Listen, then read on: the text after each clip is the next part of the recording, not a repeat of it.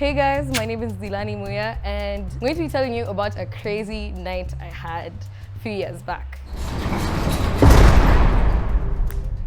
When I was 17, I was really excited to go out. I had just built that, that's that kind of thing where all your friends are going out and even you want to go out. And if you're one of the few people that grew up with strict parents, this was not going to happen for you. So my parents had this rule that if you wanted to go out, you had to go out supervised, which meant my dad and his brother, my uncle, would accompany you to the club, take you to the door of the club. Once you get in, when they're ready to come for you, they tell you your curfew, maybe it's 12. They would come inside the club and make all of you and your friends join hands as you leave the club together so that they can get you home safely.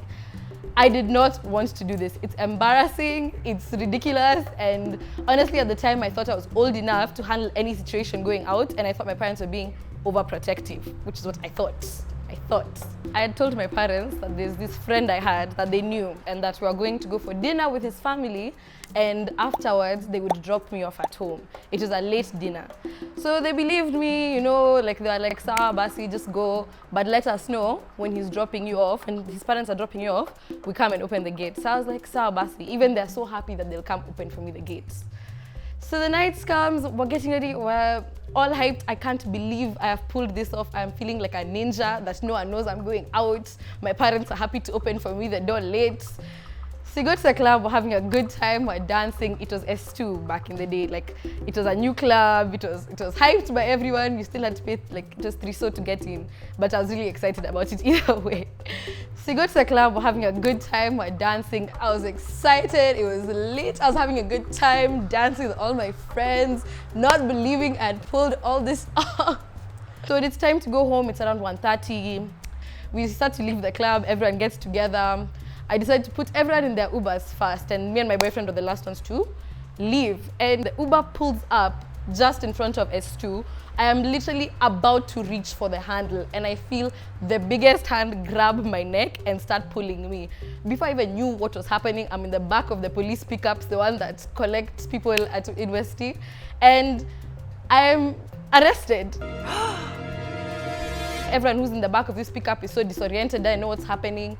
And so what I realized is these are plainclothes cops that I had never seen before. I didn't even know it was a thing, and I've been arrested. So my immediate response is to start crying, because I am a crier. I cry often with any stressful situation, I start crying. And by the time we get to the cop station, I hear the cop saying that it's 4K, and he lets me and my boyfriend go.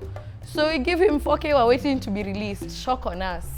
We're told, toa viatu, you remove the belt, everything is put aside, and so we're being registered at this point. I don't know if you've ever been to a police station or been arrested, but count your blessings if you haven't. You're registering yourself, you give them your ID, but alas, I am 17, I have no ID, I am straight from boarding school, it's my first time out on my own, I am terrified. So through my tears, I saw Ben start telling the cops, sina ID, akinis ID, SG what? He has no sympathy. And then he asks again, and I'm like, seen ID, like it wasn't a lie. Apparently people lie about not having an ID to get out of the cell. Luckily I had my student ID, so he could check my age and actually verify that I was underage. Puts me aside, but my boyfriend has no such luck. He removes his shoes, thrown into the cell. That's the end of that. So my sisters finally come. The cops are not having it. They don't think that it's their problem that I was out and underage. They don't care that my sisters are really begging and crying as well for me to be let go. And so eventually they get annoyed. What do? I am put inside the cell. This is an experience I hope no one ever experiences. The first thing when the cell door opens, first thing that hits you is the smell.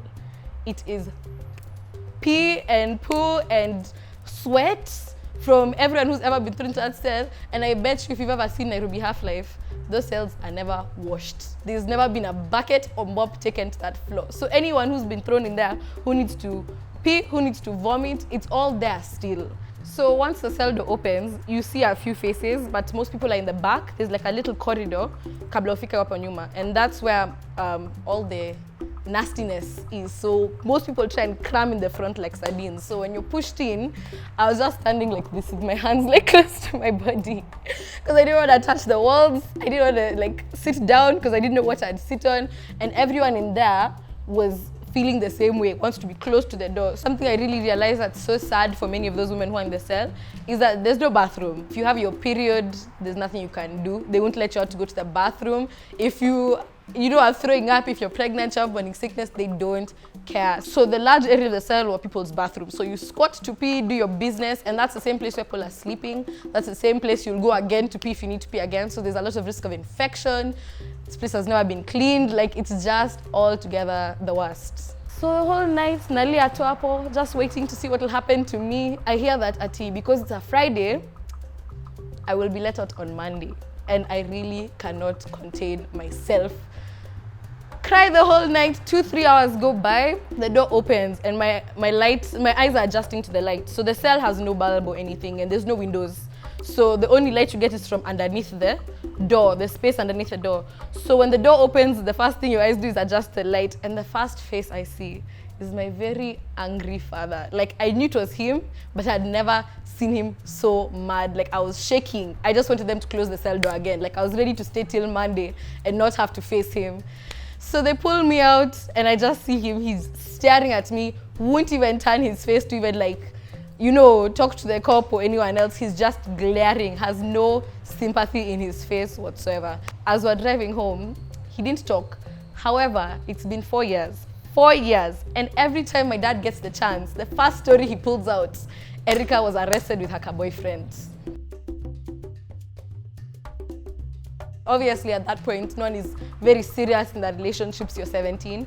So while I was crying, he was trying to figure out the situation. Like, I'll give him props. Like, he really tried his best to calm me down and everything. But as soon as he went to that cell, I forgot about having a boyfriend. There was no such thing as partnership. Now I was thinking, how am I going to get myself out of the cell? And how am I going to explain to my parents? And even to this day, I feel really bad. But when my dad came and he signed me out, I didn't even bother to say, oh, he's in the cell also, because that'd be a straight beating. But afterwards, I think it was very awkward. We talked about it that day later on. Needless to say, we're not together. That ended. Never lie to your parents about where you are, because hey, God works in mysterious ways. Watajua, and they will find out in the worst way possible. For example, by a cop telling them you are drunk and disorderly in the streets of Nairobi. That's my story. Let me know what you think down below. Don't forget to comment, like, share if you enjoyed the story. Let your friends know what's going on in these streets, and subscribe, and I'll see you. Bye.